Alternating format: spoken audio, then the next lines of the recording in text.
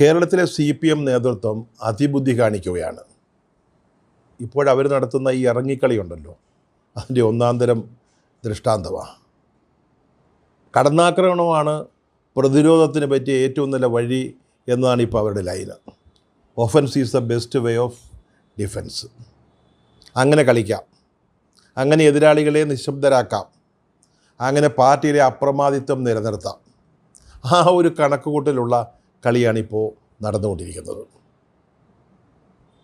ഈ പാർട്ടി അല്ലെങ്കിൽ ഈ പാർട്ടി നേതൃത്വം കൊടുത്ത മുന്നണി എന്തുകൊണ്ടാണ് തോറ്റുപോയതെന്ന് എല്ലാവർക്കും അറിയാം. പാർട്ടി നേതൃത്വത്തിനും അണികൾക്കും എല്ലാം അറിയാം. രാവിലെ കുളിച്ചൊരുങ്ങി മുഖത്ത് കുട്ടിക്കൂറ പൗഡർ തേക്കാൻ കണ്ണാടിക്ക് മുമ്പിൽ നിൽക്കുമ്പോൾ ഇടോ താനും കൂടിയാണ് ഈ പാർട്ടിയെ ഇന്നത്തെ പരുവത്തിലാക്കിയത് എന്ന ആത്മഗതം ഇപ്പോൾ സ്വയം കുറ്റവിമുക്തരായി നിൽക്കുന്ന നേതാക്കളുടെയൊക്കെ മനസ്സിൽ ഉയരുന്നുണ്ട്. പക്ഷേ അത് പുറത്ത് പറയാൻ പറ്റത്തില്ല കേട്ടോ. പറഞ്ഞാൽ സംഗതി തീർന്നു. തോറ്റമ്പി ഒരു പാർട്ടി ആ പരാജയത്തിൻ്റെ ഉത്തരവാദിത്വം പരസ്യമായിട്ട് സമ്മതിച്ചാൽ പിന്നെ കണ്ണൂരിലെ വീട്ടിൽ പോയി ഇരിക്കാനേ പറ്റത്തുള്ളൂ. കൻ്റോൺമെൻറ്റ് ഹൗസിലെ സുഖം, പുതിയ നവീന AKG സെൻറ്ററിൽ ഇരുന്ന് പാർട്ടി ഭരിക്കുന്നതിലെ ഒരു സുഖം, അതൊക്കെ കൈവിട്ടു പോകും. NGO യൂണിയൻ്റെ ബ്രാഞ്ച് കമ്മിറ്റി യോഗത്തിന് പോലും പിന്നെ ഈ പാർട്ടികളെ ആരെയും വിളിക്കത്തില്ല. ഇപ്പോൾ നമുക്ക് പറയാം, വാക്കാൽ പറയാം, പാർട്ടിയുടെ അല്ലെങ്കിൽ അനുഭാവി സംഘടനകളുടെ പോഷക സംഘടനകളുടെ പരിപാടികൾക്കൊക്കെ നമ്മളെയൊക്കെ വിളിക്കണമെന്ന്. അവർ വിളിച്ചോളും. അങ്ങനെ ഒരു ഉത്തരവ് വാക്കാൽ കൊടുത്താൽ അവരതങ്ങ് അനുസരിക്കും. അപ്പോൾ പിന്നെ അവിടെയൊക്കെ പോയി പ്രസംഗിക്കാം, ഉദ്ഘാടനം ചെയ്യാം, അധ്യക്ഷത വഹിക്കാം. നമ്മളൊക്കെ തന്നെയാണ് ഇപ്പോൾ ഈ പാർട്ടിയിലെ കാരണഭൂതന്മാരെന്ന് പറഞ്ഞ് എളിഞ്ഞ് നടക്കുകയും ചെയ്യാം. പക്ഷേ ഈ തോൽവിയുടെ കാരണം തങ്ങളാണെന്ന് കേരളത്തോട് വിളിച്ചു പറഞ്ഞാൽ പിന്നെ അണികളുടെ വീട്ടിലെ നായ പോലും ഈ നേതാക്കളെ ആരെയും ഗവനിക്കുകയില്ല. ഏതാണ്ട് തൊപ്പിപ്പോയ പോലീസുകാരൻ്റെ അവസ്ഥയാകും പിന്നീട് ഈ നേതാക്കൾക്ക്. അതുകൊണ്ടാണ് അങ്ങ് ഇറങ്ങി കളിച്ചേക്കാം എന്ന് തീരുമാനിച്ചത്. ഞങ്ങളാരുമല്ല ഇതിൻ്റെ ഉത്തരവാദികളെന്ന് പറഞ്ഞ് ഇതിൻ്റെ എല്ലാം പാപഭാരം മറ്റുള്ളവരുടെ തലയിലേക്ക് അങ്ങ് വയ്ക്കാമെന്ന് തീരുമാനിച്ചത്. അതുകൊണ്ട് ഞങ്ങൾ എന്ത് ചെയ്തു? പാർട്ടി തോറ്റുപോയപ്പോൾ സംസ്ഥാന കമ്മിറ്റിയും ജില്ലാ കമ്മിറ്റിയും ഏരിയ കമ്മിറ്റിയും ഒക്കെ ഇത് ചർച്ച ചെയ്യുമല്ലോ. അപ്പോൾ ഒരു വിടുവായി അങ്ങ് പറഞ്ഞുപോയി, നിർഭയം വിമർശിക്കാമെന്ന്, നിങ്ങൾക്ക് മനസ്സിൽ തോന്നുന്നതൊക്കെ തുറന്നു പറയാമെന്ന്, അതിനുള്ള സ്വാതന്ത്ര്യം നിങ്ങൾക്കുണ്ടാകുമെന്ന് അങ്ങനെ അങ്ങ് പറഞ്ഞുപോയി. പക്ഷേ എന്താ സംഭവിച്ചത്? പാർട്ടിയുടെ ചരിത്രത്തിൽ ഉണ്ടായിട്ടില്ലാത്ത വിമർശനങ്ങളാണ് താഴെ കമ്മിറ്റികളിൽ നിന്ന്, കീഴ്ഘടകങ്ങളിൽ നിന്ന് ഉണ്ടായത്. ജില്ലാ കമ്മിറ്റികൾ, ഏരിയ കമ്മിറ്റികൾ. എന്തിന്? പിണറായി വിജയൻ പ്രതിപക്ഷ നേതാവ് ആകരുതെന്ന് പോലും പറഞ്ഞു. MV ഗോവിന്ദൻ മാർക്സിനെ പാർട്ടി സംസ്ഥാന സെക്രട്ടറി സ്ഥാനത്ത് നിന്ന് അങ്ങ് നീക്കണമെന്ന് പറഞ്ഞു. ഇതൊക്കെയാണ് താഴെ ഘടകങ്ങളിൽ നിന്ന് വന്ന നിർദ്ദേശങ്ങൾ. നമ്മളത് പരിശോധിച്ചിട്ട് സ്റ്റേറ്റ് കമ്മിറ്റി ഒരു റിപ്പോർട്ട് തയ്യാറാക്കുമ്പോഴേ ഇതൊക്കെ അതിനകത്ത് ചേർക്കാൻ പറ്റുമോ? കീഴ്ഘടകങ്ങൾ പറഞ്ഞതാ, അവരുടെ വികാരമാണ്, അവരാലോചിച്ച് പറഞ്ഞ കാര്യങ്ങളാണ് ഇതൊക്കെ. പക്ഷേ അതൊക്കെ നമ്മുടെ സംസ്ഥാന കമ്മിറ്റിയുടെ റിപ്പോർട്ടിൽ അല്ലെങ്കിൽ സംസ്ഥാന കമ്മിറ്റിയിൽ വയ്ക്കുന്ന റിപ്പോർട്ടിൽ ചേർക്കാൻ പറ്റുമോ? അതുകൊണ്ട് ഞങ്ങളതങ്ങ് വെട്ടി. ഈ താഴേന്ന് വന്ന റിപ്പോർട്ടുകളിൽ സംസ്ഥാന നേതൃത്വത്തിന് ബോധിച്ചത് മാത്രം തിരഞ്ഞു പിടിച്ചു. ബാക്കിയുള്ളതൊക്കെ വെട്ടി തോട്ടിലോട്ടിട്ടു. എല്ലാ കമ്മിറ്റികളും പറഞ്ഞു ഭരണവിരുദ്ധ വികാരമുണ്ടെന്ന്. നമുക്കത് സമ്മതിക്കാൻ പറ്റുമോ? അത് സമ്മതിച്ചാൽ അതിൻ്റെ കുറ്റം ആർക്കാ? ഇതുവരെ കാരണഭൂതർ എന്ന് പറഞ്ഞു കിടന്ന പിണറായി വിജയനല്ലയോ? അതേ ഈ പാർട്ടിക്ക് വേണ്ടി എന്തെന്ത് സേവനങ്ങളാണ് ചെയ്തിരിക്കുന്നത്? അദ്ദേഹത്തിൻ്റെ മകളുടെ പ്രതിയായ കേസ്, അതൊക്കെ ഈ കഴിഞ്ഞ തെരഞ്ഞെടുപ്പിൽ പാർട്ടിക്ക് എന്ത് ഗുണം ചെയ്ത കാര്യങ്ങളാണ് എന്നറിയാമോ? അദ്ദേഹത്തിൻ്റെ രീതികൾ, ശൈലികൾ, കടക്കൂപുറത്ത് ആ മാതിരി കമൻ്റൊന്നും വേണ്ട. ധിക്കാരം, ധാർഷ്ട്യം, അഹങ്കാരം, അഹന്ത, ഇതൊക്കെ നമ്മളെ ഒത്തിരി സഹായിച്ചതല്ലയോ? ഈ പാർട്ടിയെ, മുന്നണിയെ സഹായിച്ചതല്ലയോ? പാർട്ടിയെ ഒരു കോർപ്പറേറ്റ് സ്ഥാപനമാക്കി മാറ്റിയില്ലേ നമ്മുടെ പിണറായി വിജയനും MV ഗോവിന്ദൻ മാർക്സും ഒക്കെ കൂടെ ചേർന്നിട്ട്? അപ്പോൾ അവരെയൊക്കെ നമുക്ക് കുറ്റപ്പെടുത്താൻ പറ്റുമോ? ഇന്ന് ഈ പാർട്ടിയുടെ നില എന്താ? തെരഞ്ഞെടുപ്പിൽ തോറ്റതൊക്കെ പോട്ടെന്നേ. അതുപോലെയാണ് ഇന്ന് ഏറ്റവും കൂടുതൽ സ്വത്തുള്ള ഒരു സംഘടന അല്ലെങ്കിൽ ഒരു സംവിധാനം അല്ലെങ്കിൽ ഒരു വ്യക്തി നമ്മുടെ പാർട്ടിയല്ലാതെ വേറെ ആരാ ഉള്ളത്? നമ്മുടെ പുതിയ AKG സെൻറ്റർ കണ്ടാൽ മതിയല്ലോ, ഏതൊരു എതിർ പാർട്ടിക്കാരൻ ലജ്ജിച്ച് തലതാഴ്ത്തും. മനസ്സിലായില്ലേ? അങ്ങനെ നമ്മൾ സാമ്പത്തികമായിട്ട് വളർന്നില്ലേ? നമ്മുടെ മക്കളൊക്കെ വലിയ ബിസിനസ്സുകാരായില്ലേ? അവരൊക്കെ ഇടനിലക്കാരായിട്ട് പ്രവർത്തിക്കുന്നില്ലേ? ഇതിൽപ്പരം എന്താണ് വേണ്ടത്? ഇത് ഞങ്ങൾ മാത്രം അനുഭവിച്ച സുഖ സൗകര്യങ്ങളൊന്നുമല്ല. ഏതാണ്ട് ലോക്കൽ കമ്മിറ്റി വരെയുള്ള ആളുകൾ അവരൊക്കെ ഈ സ്വത്ത് സമ്പാദനത്തിൻ്റെ തിരക്കിലായിരുന്നു.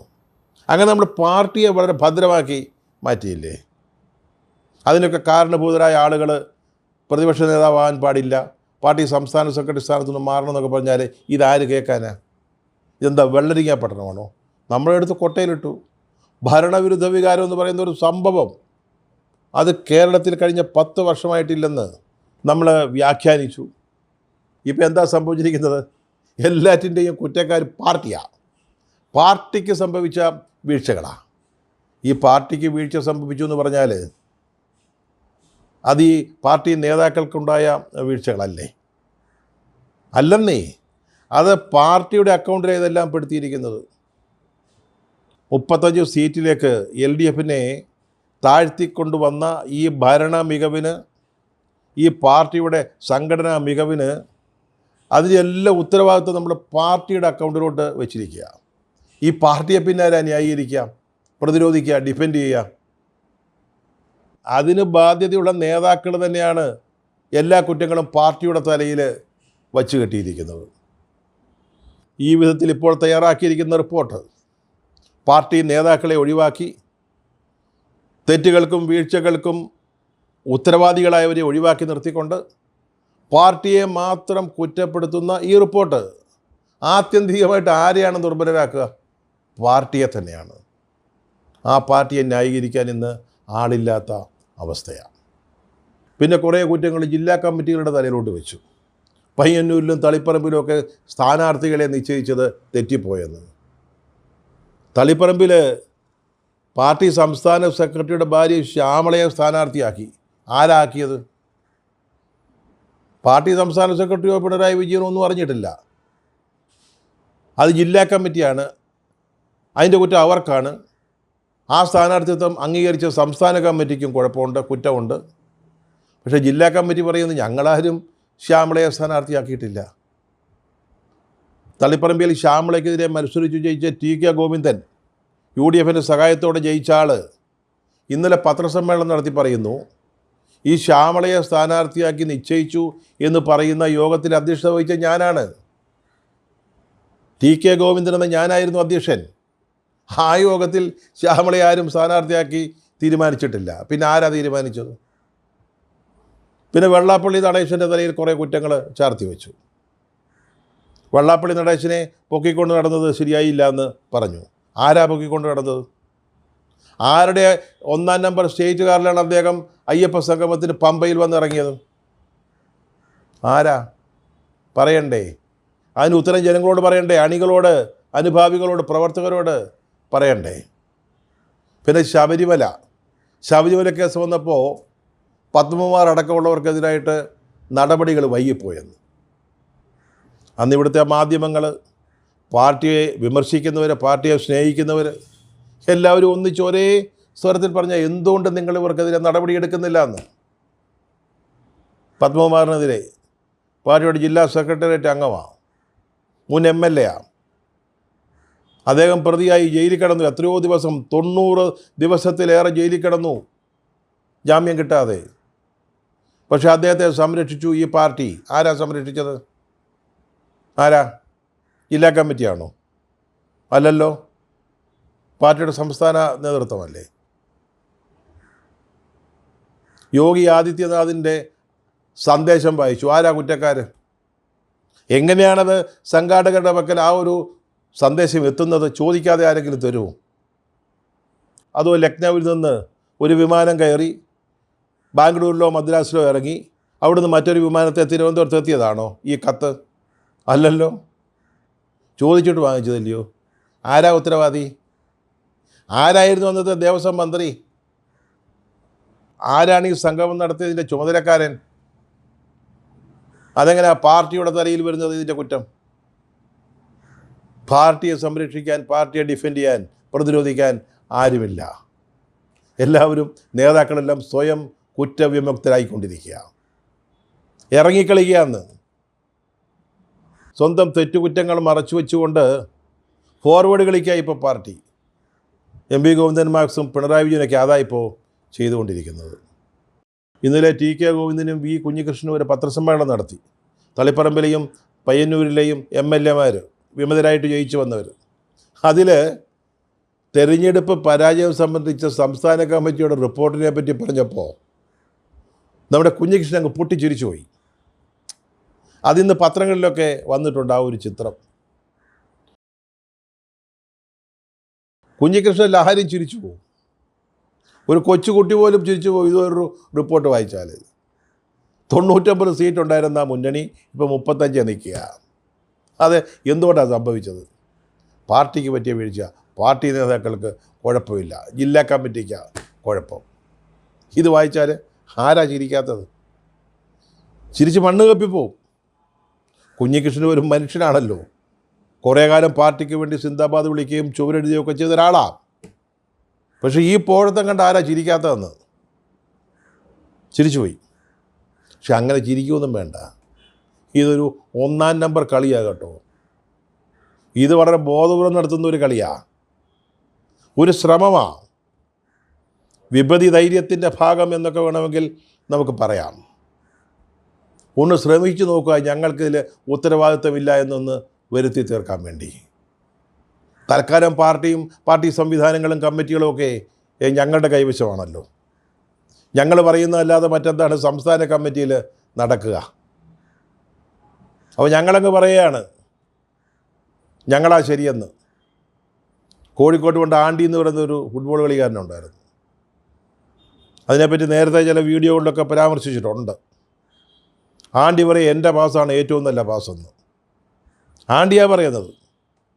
എന്ന് പറഞ്ഞ പോലെ പിണറായി വിജയൻ പറയാണ്, ഗോവിന്ദൻ മാഷ് പറയാണ്, അല്ലെങ്കിൽ LDF കൺവീനർ TP രാമകൃഷ്ണൻ പറയുകയാണ്, മുൻ ധനമന്ത്രി, മുൻ വ്യവസായ മന്ത്രി ഇവരൊക്കെ പറയുകയാണ്, സംസ്ഥാന സെക്രട്ടേറിയറ്റ് അംഗങ്ങൾ പറയുകയാണ് ഞങ്ങൾക്കൊരു തെറ്റും സംഭവിച്ചിട്ടില്ല, മുഴുവൻ പാർട്ടിക്കുണ്ടായ വീഴ്ചകളാണ്.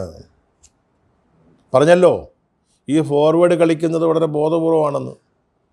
അത് പാർട്ടിയിലെ പ്രവർത്തകരാണ് മനസ്സിലാക്കേണ്ടത്. ഒന്ന് ശ്രമിച്ചു നോക്കാം ഇതിൻ്റെയൊക്കെ ഉത്തരവാദിത്വം നമ്മുടെ തലയിൽ നിന്നൊന്ന് മാറ്റിവെക്കാൻ, മറ്റുള്ളവരുടെ തലയിലോട്ട് അത് വയ്ക്കാൻ. അതിനൊരു ശ്രമം. അതിനാണ് കീഴ്ഘടകങ്ങളുടെ റിപ്പോർട്ടുകൾ തള്ളിക്കളഞ്ഞുകൊണ്ട് ഞങ്ങളുടേതായ റിപ്പോർട്ട് ഉണ്ടാക്കിയത്. പ്ലീനം എന്നൊരാവശ്യം കേന്ദ്ര കമ്മിറ്റിയിലും പോളിറ്റ് ബ്യൂറോയിലൊക്കെ വന്നതാണ്. അതിനെയും ഞങ്ങൾ നിരാകരിച്ചു. എടുത്ത് ആമയഴിഞ്ഞാൻ തോട്ടിലെറിഞ്ഞു. പ്ലീനം പിന്നെ ഇപ്പം ഇനി പ്ലീനം നടത്താഞ്ഞിട്ടാണ്. പ്ലീനമൊന്നും നടത്താൻ പറ്റത്തില്ല. അതിൽ പ്രാതിനിധ്യ സ്വഭാവം അനുസരിച്ച് ആളുകൾ കയറി വരും. എല്ലാവരെയും പാർട്ടി സംസ്ഥാന കമ്മിറ്റി പറയുന്നവരെ വെക്കാൻ പറ്റത്തില്ല. മറ്റുള്ളവരും വരും. അവിടെ ചർച്ചയുണ്ടാവും, വിമർശനമുണ്ടാവും, തെറ്റുതിരുത്തലിന് വേണ്ടിയുള്ള ആവശ്യം ശക്തമായിട്ട് ഉയരും. പ്രതിപക്ഷ നേതാവ് ആ സ്ഥാനത്തു നിന്നും മാറണമെന്ന് ചിലപ്പോൾ അതിൽ പങ്കെടുക്കുന്ന അംഗങ്ങൾ ആവശ്യപ്പെട്ടേക്കാം. സംസ്ഥാന സെക്രട്ടറി ഒരു നിമിഷം അവിടെ വെച്ചുകൊണ്ടിരിക്കരുത് എന്നവർ പറയും. പ്ലീനം നടന്നാൽ അതൊക്കെ സംഭവിക്കും. അതിന് പ്ലീനം നടത്തിയിട്ട് വേണ്ടേ? അല്ലാതെ പറയാൻ പറ്റത്തില്ലല്ലോ. പ്ലീനമില്ലാതെ എവിടെയാണ് നിങ്ങൾ ഈ പറയുക? അതിനാണ് ഞങ്ങൾ വിപുലമായൊരു നേതൃസമ്മേളനം വിളിക്കാൻ തീരുമാനിച്ചത്. പാർട്ടിയുടെ ഭരണഘടനയിൽ അതൊക്കെ പറഞ്ഞിട്ടുണ്ടോ എന്നൊന്നും ആരും ചോദിക്കരുത്. ഇപ്പോൾ തൽക്കാലം പാർട്ടിയുടെ ഭരണഘടന ഞങ്ങളൊക്കെ പറയുന്നതാണ്. പിണറായി വിജയനും ഗോവിന്ദൻ മാഷും ഒക്കെ പറയുന്നതാണ് ഈ പാർട്ടിയുടെ ഭരണഘടന. ജില്ലാ സെക്രട്ടേറിയറ്റ് അംഗങ്ങളും മുകളിലോട്ടുള്ളവരുടെ ഒരു യോഗം, അതിനകത്ത് ചില മറ്റ് പ്രമുഖരായ നേതാക്കളെയും വിളിക്കും. അതൊക്കെ ഞങ്ങളാണ് തീരുമാനിക്കുന്നത് ആരെയൊക്കെ വിളിക്കണമെന്ന്. ഇപ്പോൾ ജില്ലാ സെക്രട്ടേറിയറ്റ് എന്ന് പറയുമ്പോൾ ഇതല്ല ഇപ്പോഴത്തെ പാർട്ടിയുടെ നേതൃത്വം അതാത് സ്ഥാനങ്ങളിൽ വെച്ചവരാ, അവർ ഹാൻഡ് പിക്ക് ചെയ്തവരാ, അവർ തിരഞ്ഞെടുത്തവരാ. അവരാരും പറയുകയില്ലല്ലോ പിണറായി വിജയൻ മാറണമെന്നോ അല്ലെങ്കിൽ MV ഗോവിന്ദൻ മാഷ് മാറണമെന്നൊന്നും പറയത്തില്ലല്ലോ. അതുകൊണ്ട് ഞങ്ങൾ പ്ലീനം നടത്തുന്നില്ല. അതിന് പകരം ഈ വിപുലമായ നേതൃസമ്മേളനം ഞങ്ങൾ ചുമ്മാ മിനി പ്ലീനം എന്നൊക്കെ പറയും. ഈ പ്ലീനം നടത്താതിരുന്നതിൻ്റെ കേടൊന്ന് മാറ്റാനാ മിനി പ്ലീനം. എന്ത് മിനി പ്ലീനം?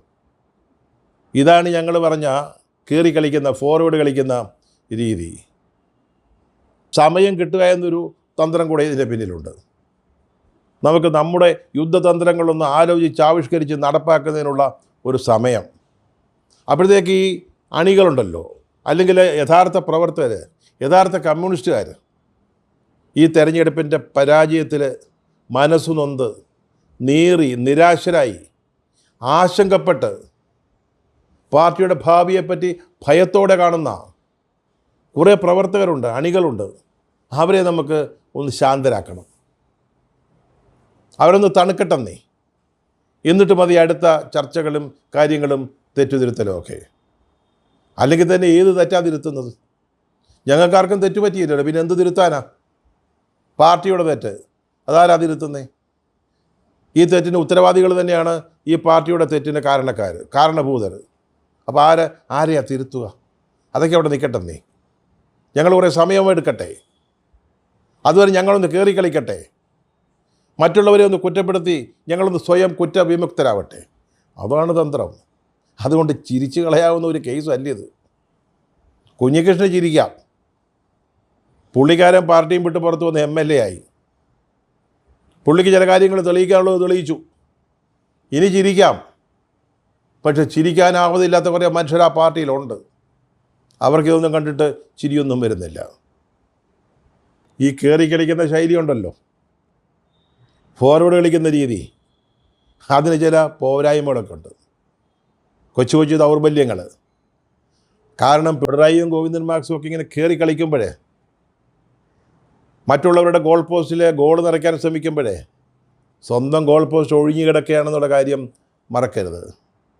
അവിടേക്ക് ഗോളുകൾ വന്ന് വീഴാൻ ഏറെ സമയമൊന്നും വേണ്ട. നമ്മളിവിടെ നേരത്തെ പറഞ്ഞ നിരാശരായ, നീറുന്ന, സങ്കടപ്പെട്ട് നിൽക്കുന്ന പ്രവർത്തകർ, ഈ പാർട്ടിക്ക് വേണ്ടി ചോരയും നീരുമൊഴുക്കിയവർ, ജീവിതം തന്നെ ഹോമിച്ചവർ, എന്നിട്ട് ഒരു പഞ്ചായത്ത് മെമ്പർ പോലും ആകാത്തവർ, ഈ പാർട്ടിയെ വിറ്റ് അര പൈസ കാശ് വാങ്ങാത്തവർ, അവരൊക്കെ ഇത് കണ്ടുകൊണ്ട് നിൽക്കുക.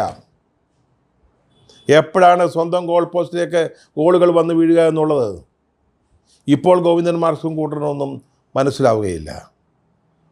ഇപ്പോഴത്തെ ഈ കൈകഴുകൽ പ്രക്രിയ ഉണ്ടല്ലോ സംസ്ഥാന നേതൃത്വത്തിൻ്റെ, അതിൻ്റെ പേരിൽ പാർട്ടിക്കുള്ളിൽ അമർഷം അല്ലെങ്കിൽ കടുത്ത നിരാശ പുകഞ്ഞുകൊണ്ടിരിക്കുക. സംസ്ഥാന കമ്മിറ്റി തീരുമാനങ്ങൾ വിശദീകരിക്കാൻ ചേർന്ന ജില്ലാ യോഗങ്ങളിലൊക്കെ വളരെ കടുത്ത വിമർശനങ്ങളാണ് ഉണ്ടാകുന്നത് എന്നാണ് മനസ്സിലാകുന്നത്. ഇനിയുള്ള ദിവസങ്ങളിൽ അത് കൂടുതലായിട്ട് വരികയും ചെയ്യും. അതുകൊണ്ട് ഒഴിഞ്ഞ ഗോൾ പോസ്റ്റാണ് എന്ന് ഈ കയറി കളിക്കുമ്പോൾ, ഫോർവേഡ് കളിക്കുമ്പോൾ കളിക്കാരൊന്ന് ഓർത്തോണം. എല്ലാം ഒതുക്കി തീർക്കാനുള്ള ചിലരുടെ അധികാരങ്ങൾ അവരുടെ കൈവശം ഇരിക്കുന്നിടത്തോളം കാലം, അല്ലെങ്കിൽ ഈ നേതാക്കളൊക്കെ അധികാര പദവികൾ അള്ളിപ്പിടിച്ചിരിക്കാൻ ശ്രമിക്കുന്നിടത്തോളം കാലം പാർട്ടിക്കുള്ളിൽ നിന്ന് ശക്തമായ എതിർപ്പ് ഉണ്ടാവുക തന്നെ ചെയ്യും. ഇത് ത്രിപുരയിലെയും പശ്ചിമ ബംഗാളിലെയും CPM ആണെന്ന് കരുതണ്ട. ഇവിടെ ചിന്തിക്കുന്ന പ്രവർത്തകരുണ്ട്, ഈ പാർട്ടി തുടരണം, നിലനിൽക്കണം എന്ന് ആഗ്രഹിക്കുന്ന ആളുകളുണ്ട്. അവർ തിരുത്തലിന് വേണ്ടി, ഈ പാർട്ടി നന്നാവാനുള്ള പരിശ്രമങ്ങൾക്ക് വേണ്ടി കാത്തിരിക്കുക. ഇപ്പോൾ തിരുവനന്തപുരത്ത് എന്താ നടന്നുകൊണ്ടിരിക്കുന്നത്? ജില്ലാ സെക്രട്ടറി ജോയിക്കെതിരായിട്ടൊരു വലിയ ശക്തമായ പ്രതിഷേധം ഉയരുകയാണ്. അത് ജോയിയും മറുഭാഗത്ത് ശിവൻകുട്ടിയും തമ്മിലുള്ള തർക്കമായിട്ടാരും ചെറുതാക്കി കാണേണ്ട കാര്യമില്ല. പാർട്ടിയിൽ സംഭവിച്ചുകൊണ്ടിരിക്കുന്നതിൻ്റെ ചില ബഹിർസ്ഫുരണങ്ങളായിട്ട് ഇതിനെ കാണേണ്ടിയിരിക്കുന്നു. ജോയിക്ക് പിണറായി വിജയൻ്റെയും അതുപോലെ തന്നെ MP ഗോവിന്ദൻ മാർക്സിൻ്റെയും കലവറയില്ലാത്ത പിന്തുണയുണ്ട്. ശിവൻകുട്ടിയാവട്ടെ പിണറായി വിജയൻ്റെയും ഗോവിന്ദൻ മാർക്സിൻ്റെയും പിന്നിൽ അടിയുറച്ചു നിന്ന ഒരു പോരാളിയായിരുന്നു. ഇപ്പോൾ അദ്ദേഹം ജോയിക്ക് മാത്രം ഒരു പ്രത്യേക നീതി കിട്ടുന്നതിനെ എതിർക്കുന്നു, ശക്തമായിട്ട് സംസാരിക്കുന്നു. ഒരു വിഭാഗം ആളുകൾ അദ്ദേഹത്തോടൊപ്പം നിൽക്കുന്നു. ഇത് നാളെ മറ്റ് ജില്ലകളിലേക്ക് പടരാവുന്ന ഒരു രോഗാവസ്ഥയാണ്. ഇത് നിപ്പയോ ഷിഗല്ലയോ പോലെയുള്ള ഒരു സംഭവമാണ്.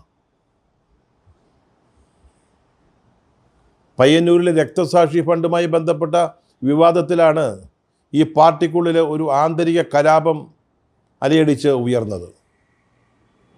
പിന്നെ തളിപ്പറമ്പിൽ, അതുപോലെ അമ്പലപ്പുഴയിൽ. അവിടെയൊക്കെ CPM-ൻ്റെ മുൻ നേതാക്കളെ ജയിപ്പിച്ചത് CPM-കാർ തന്നെയാണ്. കേരളത്തിലെ പല മണ്ഡലങ്ങളിലും പാർട്ടിക്കാർ തന്നെ ഈ പാർട്ടിയെ രക്ഷിക്കുന്നതിന് വേണ്ടി പാർട്ടി സ്ഥാനാർത്ഥികളെ തോൽപ്പിച്ചു. അതാണ് ഇവിടെ നടന്നത്.